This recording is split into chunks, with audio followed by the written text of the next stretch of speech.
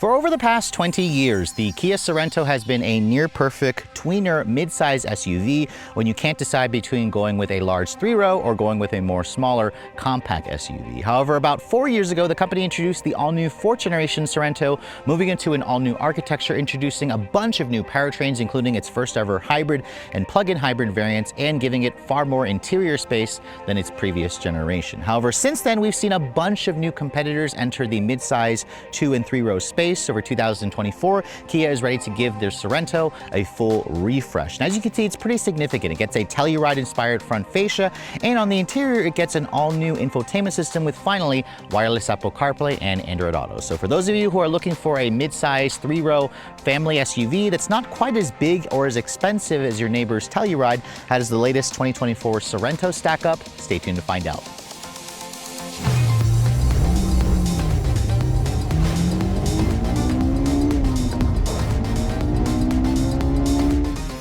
So before we start talking about the revised exterior styling for 2024, I thought I'd pop the hood and remind you guys what's powering this vehicle. Now here in America, Kia offers a choice between 4 different powertrains. This model that I'm showing you here has the mid-grade, more powerful gas-only option, a 2.5-liter turbocharged direct injection 4-cylinder.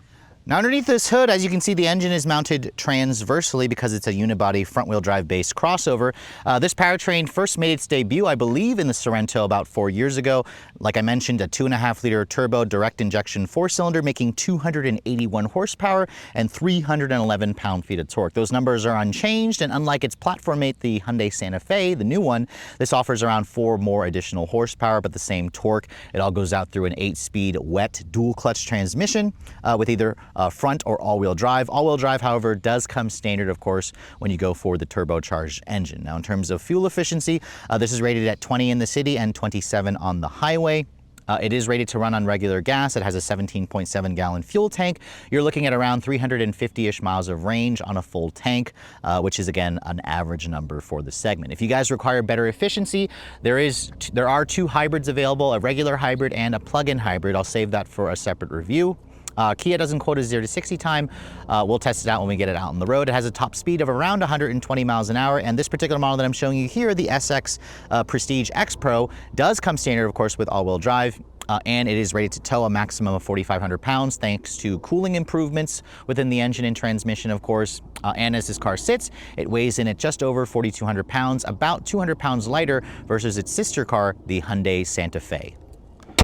Closing the hood, let's go ahead and talk about the revised exterior styling. And boy, is it a big, significant change. This vehicle's front end now reminds me, of course, of the Kia Telluride and the Kia EV9. It has their latest corporate face. And I have to say, it does look pretty attractive, although I really liked the look of the pre-refresh model. So let me know in the comment section below if you guys like the old model or you like the look of the new version. You can see the Kia Tiger Nose grille has been significantly enlarged. It's got black and gray accents to it. It's got the new Kia logo here. This particular color that I'm showing you is called Roadrunner Brown. It's a nice color combo, especially when you have it in the X Pro trim level. You can see the headlights full LED with a stacked vertical 4 LED diodes with an amber colored LED daytime running light and turn signal. Down here you can see the EX trim is up, give you LED fog lights with a different front fascia, of course, a more rugged look to the front bumper on the X Pro models. But overall, this thing is still a mommy crossover. It's a unibody, all-independent suspension, of course, but it is a nice size tweener because with a 110.8-inch long wheelbase and a 189.9-inch overall length, this is, again, bigger versus something like a Kia Sportage or a Toyota RAV4, but not quite as long as their own Telluride, which the Telluride is around 7 inches longer overall. Compared to the Hyundai Santa Fe, which shares a platform, this car is roughly half an inch less long or shorter, but they have the same wheelbase. Now, in terms of ground clearance, this, of course, has an all-terrain VF Goodrich tire on a 17-inch black finish wheel. You have 8.2 inches of ground clearance, but you don't get any more ground clearance with this trim. All-wheel drive versions of the Sorento have 8.2 or 6.9 if you go for front-wheel drive. You can see I don't particularly love the design of the wheels, but I do appreciate how Kia went with a smaller 17. It's riding on a 235 by 65 R17. You have a 12.8-inch rotor in the front, a 12-inch rotor at the rear. Like I mentioned, all independent suspension, but no adaptive dampers or no air suspension. Remember, this is still, a mommy crossover type of vehicle. The wheel arch molding here is unpainted. You get black painted side mirrors, of course, with integrated turn signals, cameras all around. They are power folding, a little bit of black accents here. You can see all the black trim looks nice on this color. You got these raised roof rails with the panoramic glass sunroof. That's standard on the SX Prestige models, of course. And then backing away from the vehicle, you can see it is definitely a nice looking crossover. I really appreciate the silhouette of the car. The taillights, you can see they're still the same look, but the light signature has changed. It is a full LED design for the taillight. You also have the new Kia logo. There's an X Pro badge there to show that you have the more off-road oriented version. And then you can see that's for your digital camera rearview mirror. I like the spoiler. The rear window wiper is cleverly hidden underneath the rear spoiler, which I also appreciate. And then you can see the exhaust is just tucked underneath here. Again, this is the gas-only version of the car. Now, it does offer a hands-free power liftgate, but the actual button to open it is not here. It's actually down here in this big gap area, so that's precisely why there is a big gap. But you can see the third row does come standard. This vehicle will seat 6 people total. If you go for the turbo engine, it seats 6. If you go for the base engine, it seats 7 because of the bench seat. You can see there's 12.6 cubic feet of space back here, which is pretty, unusable if you guys actually plan to carry adults and you need to put stuff back here. You can see underneath this floor area here, there is a little bit of underfloor storage, which is nice. Most people, however, will likely fold down the third row seat, which expands the cargo between 38 to 45 cubic feet, depending, of course, on the positioning of the second row. If you fold down every seat, Kia says you have a maximum of 75.5 cubic feet. So because it's not quite as boxy and as long as the Santa Fe, this has a little bit less, between 2 to 4 cubic feet less space versus the Santa Fe. But if you're comparing it to like a Sportage or a RAV4 or CRV, this is where the Sorento is going to have more space versus its compact SUV rivals, which are kind of in the same price category.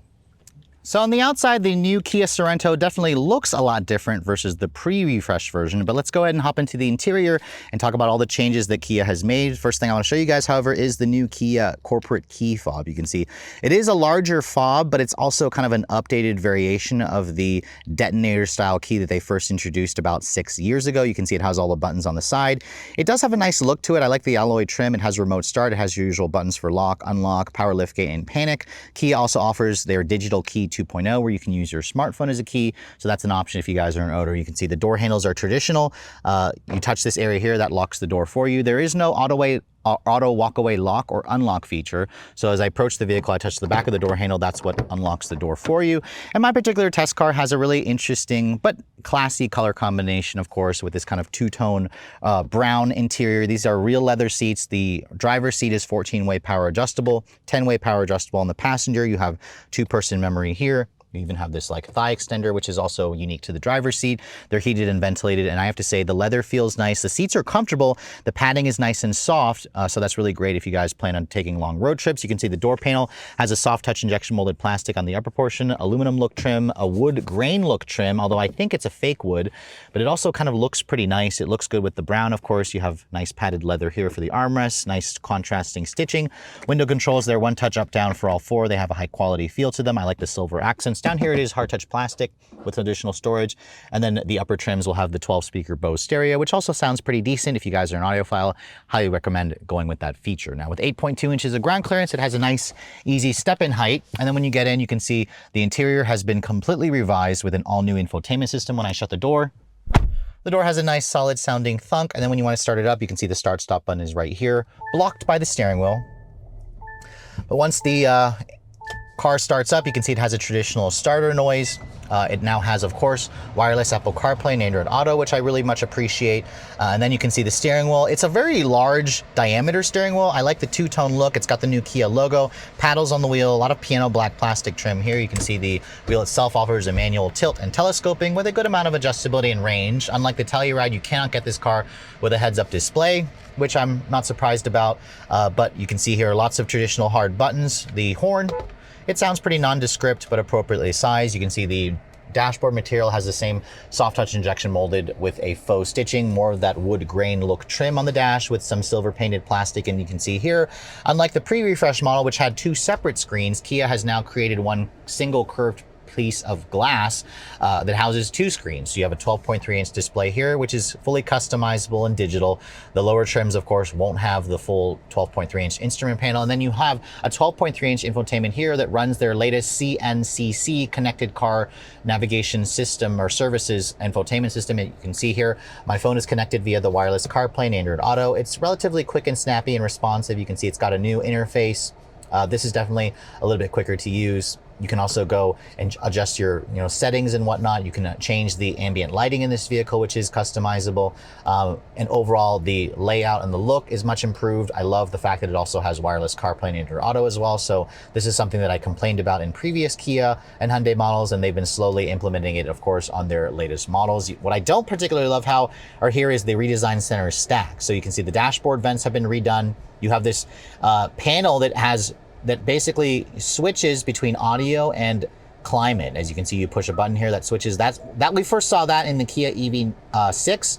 It's been kind of trickling down to other Kia products. It takes a little bit of getting used to. You can see the volume, these knobs, they double duty, of course, for climate and for volume and tuning, which it just requires an extra step, which I don't love. What I do love, however, are the 2 actual toggle buttons for the heated and ventilated seats. The cooled seat works really nice, especially in this 100-degree heat. You can see our wireless phone charging pad is here. There's a little bit more storage here. You have 2 USB-C charging ports. If I put the vehicle into reverse, you can see there's your full 360 camera with a top-down view. You can also do a perimeter scan of the vehicle. I wish that kind of color matched and looked like the model that we're driving, but that's, as you can see, more the base model. But the graphics and resolution is pretty good. This is pretty much among the best in the mainstream industry, which is definitely a nice feature to have, of course. Down here in the center stack, you can see traditional shifter for the 8-speed auto. It has a manual mode here in addition to the paddles on the wheel. If you want to take manual control, your drive mode selector is this big rotary dial. There's a lock system for the all-wheel drive system. You can see there's 5 different drive modes: normal, eco, sports, smart, and snow. We'll try the different drive modes out later on the road. You can see nice amount of storage here. Don't love the piano black plastic, however, you can see it gets a lot of fingerprints and dust and scratches. You have a nice padded armrest here. Open this up, you can see it's got a pretty deep storage area. All my camera equipment fits nicely in there, although it just barely fits in there. You can see, I mentioned earlier, the seats are comfortable and supportive. Love the real leather, really makes a difference. The padding is also soft, which I appreciate. Open up the glove box, you can see it's a bin style. It's damped but not lined with felt. You can see over here, digital camera rear mirror, which is included on this trim. If you don't have it, the view out of the back can be obstructed by the headrest and all of people's stuff. There's also a Syntex fake suede material on the headliner, along with this big panoramic glass roof, which also does open up to vent air. This is standard, of course, when you go for the prestige trims. It's optional on other trims. You can see it opens up a fairly large amount, and that's the maximum amount that it opens. Really appreciate that feature. It lets in a lot of light and fresh air into the cabin. You can see there's that retractable shade as well, if you guys don't want the sun blasting on you. So overall, the interior, the front seat area, aside from the new infotainment system, it's pretty much the same, nice interior with a ton of space, good visibility. But Kia has, again, made some upgrades to the tech, and that's kind of what they needed to do. But if you are looking for like a heads-up display or massaging seats, this is where the Sorento doesn't offer that. It also doesn't offer some of the, the dual wireless chargers or that UV light kind of antibacterial compartment in the Santa Fe. That's something that Hyundai, of course, threw in the Santa Fe, but this is still overall a really nice place to spend time. Moving to the back seat of the updated Sorento, you can see if you guys go for the EX trim or the turbo engine up, you're going to have these second row captain's chairs, which does limit the seating capacity to 6 as opposed to 7, because remember, the third row only carries 2 people across. You can see back here there are these manual retractable shades, which I very much appreciate. You can see it's got a soft touch injection molded plastic, more leather along the door panel, padded here, hard plastic here. You have 2-level heated seats back here, along with nicely controlled window switches. A lot of piano black, again, with that wood grain trim. And then back here, Kia says you have around 41.7 inches of legroom, which is a pretty good amount. This is among the best you're going to find in the segment. Now, as I get back here and shut the door, you can see the legroom space is plentiful. Tons of foot space here. Not a flat floor here in the middle, but you can easily get comfortable back here. The seats also, they do move forward and back to give you more or less space. You can also adjust the recline of these seats, which is also a nice touch for going on those longer road trips. There's 2 USB-C charging ports, rear seat air vents, of course, and then you also have an actual power outlet down here, along with a 12-volt. You have nice 2-level storage cubbies in each of the seats themselves, which is great. And then you can see the sunroof lets in a lot of light.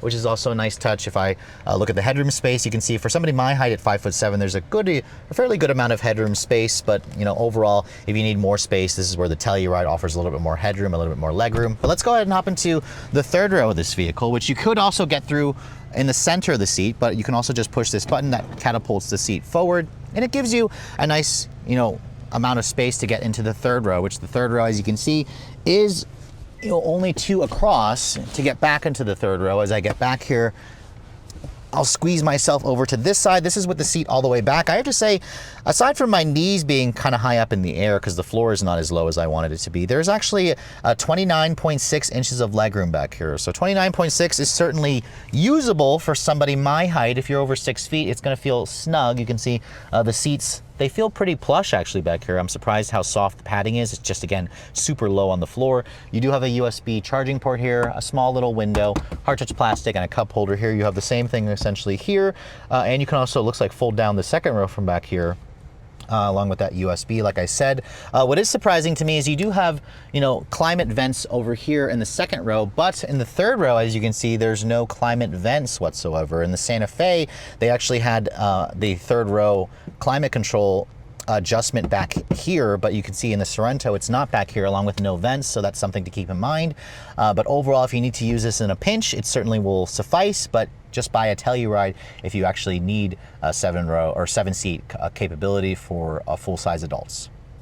So it's crazy to think that it's been about 3.5 years, nearly 4 years, since I had a chance to drive and film a Kia Sorento for the channel for you guys. Remember, when this 4th generation came out back in 2021, I was driving this thing basically back home because that was when we were still in the middle of the COVID-19 pandemic, and I wasn't traveling for media drives. So it's been quite some time. So obviously it's time as well for Kia to give this car a significant refresh, and it's very, very significant. I mean, the front end looks completely different. The rear looks the same. The interior has also been completely redesigned. However, what hasn't changed are the powertrains. This is still the upgraded turbocharged gas-only engine, making 281 horsepower, 2.5 liters, 8-speed, wet dual-clutch transmission, with, of course, their all-wheel drive system. I drove this powertrain in the Santa Fe, which is this car's platform mate.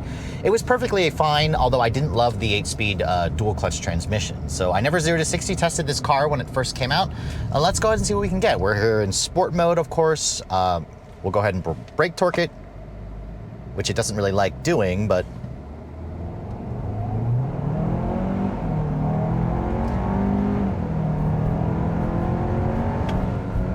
now on that same run that I did in the Santa Fe, I got 6.7 seconds. Here in the Sorento, we got 6.58 seconds. So it's a smidge faster in this car, which doesn't surprise me. The Sorento is about 200 pounds lighter versus the Santa Fe. I don't really know how that happened. The two vehicles are about the same size, but it is, decent performance. What I don't love about this powertrain, however, is when you have all this lag. You have the turbo lag from the 2.5 liter engine, and then you also have lag from the 8-speed dual-clutch transmission, which I also don't love. I think the lag makes this car feel significantly slower, at least off the line. Now, you can obviously mitigate that if you guys go for the hybrid powertrain.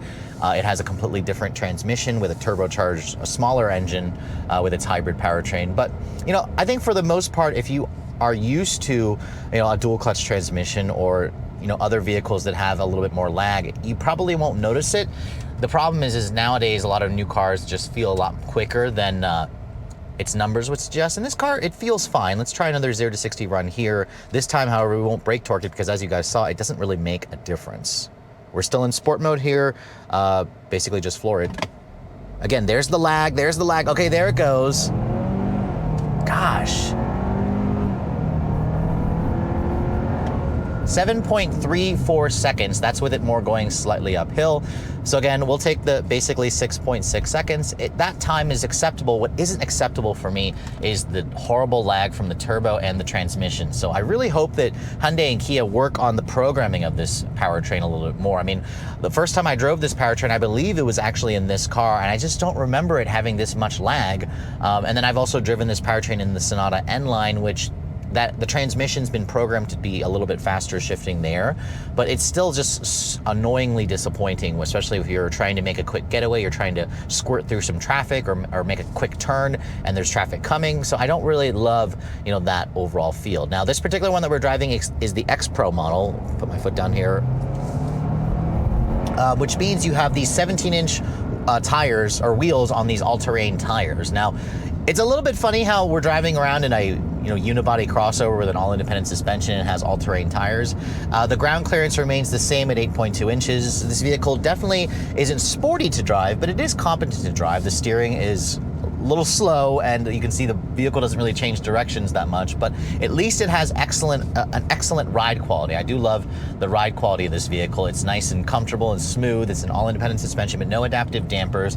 As I go around corners here, you can see the soft suspension also translates into lots of body lean. So if you want a sportier driving vehicle, you're going to be checking out some of the competitors, of course.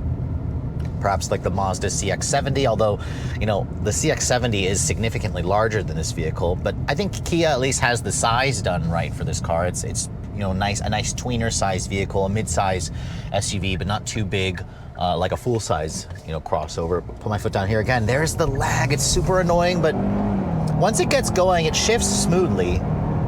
The engine also, makes pretty unapologetic noises. It's nothing flattering, but it's not too buzzy. It's a relatively smooth engine, at least. I don't feel much in terms of vibrations through the steering wheel, through the pedals, through the floorboard or the seats.